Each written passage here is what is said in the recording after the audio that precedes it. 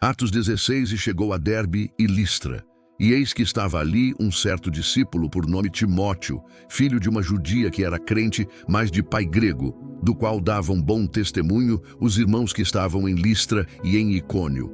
Paulo quis que este fosse com ele, e tomando-o, o circuncidou por causa dos judeus que estavam naqueles lugares, porque todos sabiam que seu pai era grego.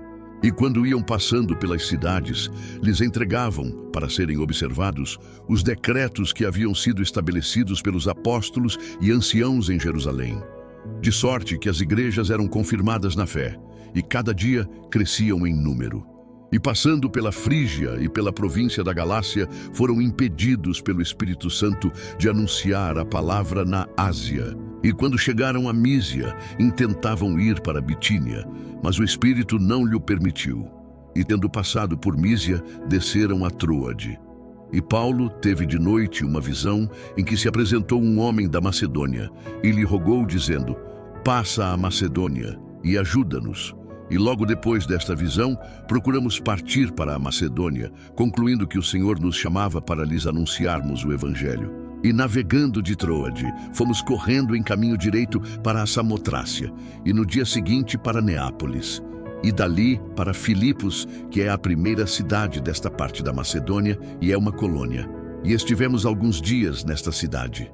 E no dia de sábado, saímos fora das portas para a beira do rio, onde se costumava fazer oração. E assentando-nos, falamos às mulheres que ali se ajuntaram. E depois que foi batizada, ela e a sua casa, nos rogou, dizendo: se haveis julgado que eu seja fiel ao Senhor, entrai em minha casa e ficai ali.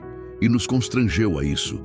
E aconteceu que, indo nós à oração, nos saiu ao encontro uma jovem, que tinha espírito de adivinhação, a qual, adivinhando, dava grande lucro aos seus senhores. Esta, seguindo a Paulo e a nós, clamava, dizendo: estes homens que nos anunciam o caminho da salvação são servos do Deus Altíssimo. Isto fez ela por muitos dias. Mas Paulo, perturbado, voltou-se e disse ao Espírito: em nome de Jesus Cristo, te mando que saias dela. E na mesma hora saiu. E vendo seus senhores que a esperança do seu lucro estava perdida, prenderam Paulo e Silas e os levaram à praça, à presença dos magistrados. E apresentando-os aos magistrados, disseram: estes homens, sendo judeus, perturbaram a nossa cidade e nos expõem costumes que não nos é lícito receber nem praticar, visto que somos romanos. E a multidão se levantou unida contra eles, e os magistrados, rasgando-lhes as vestes, mandaram açoitá-los com varas. E, havendo-lhes dado muitos açoites, os lançaram na prisão, mandando ao carcereiro que os guardasse com segurança. O qual, tendo recebido tal ordem, os lançou no cárcere interior e lhes segurou os pés no tronco. E perto da meia-noite, Paulo e Silas oravam e cantavam hinos a Deus, e os outros presos os escutavam. E de repente sobreveio um tão grande terremoto que os alicerces do cárcere se moveram, e logo se abriram todas as portas, e foram soltas as prisões de todos. E acordando o carcereiro, e vendo abertas as portas da prisão, tirou a espada e quis matar-se, cuidando que os presos já tinham fugido. Mas Paulo clamou com grande voz, dizendo: não te faças nenhum mal, que todos aqui estamos. E pedindo luz, saltou dentro, e todo trêmulo se prostrou ante Paulo e Silas. E tirando-os para fora, disse: senhores, que é necessário que eu faça para ser salvo? E eles disseram: crê no Senhor Jesus Cristo e serás salvo, tu e a tua casa. E lhe pregavam a palavra do Senhor e a todos os que estavam em sua casa. E tomando-os ele consigo naquela mesma hora da noite, lavou-lhes os vergões, e logo foi batizado, ele e todos os seus. E pedindo luz, saltou dentro, e todo trêmulo se prostrou ante Paulo e Silas. E tirando-os para fora, disse: senhores, que é necessário que eu faça para ser salvo? E eles disseram: crê no Senhor Jesus Cristo e serás salvo, tu e a tua casa.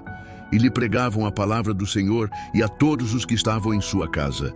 E tomando-os ele consigo naquela mesma hora da noite, lavou-lhes os vergões, e logo foi batizado, ele e todos os seus. E levando-os à sua casa, lhes pôs à mesa, e alegrou-se de que com toda a sua casa havia crido em Deus.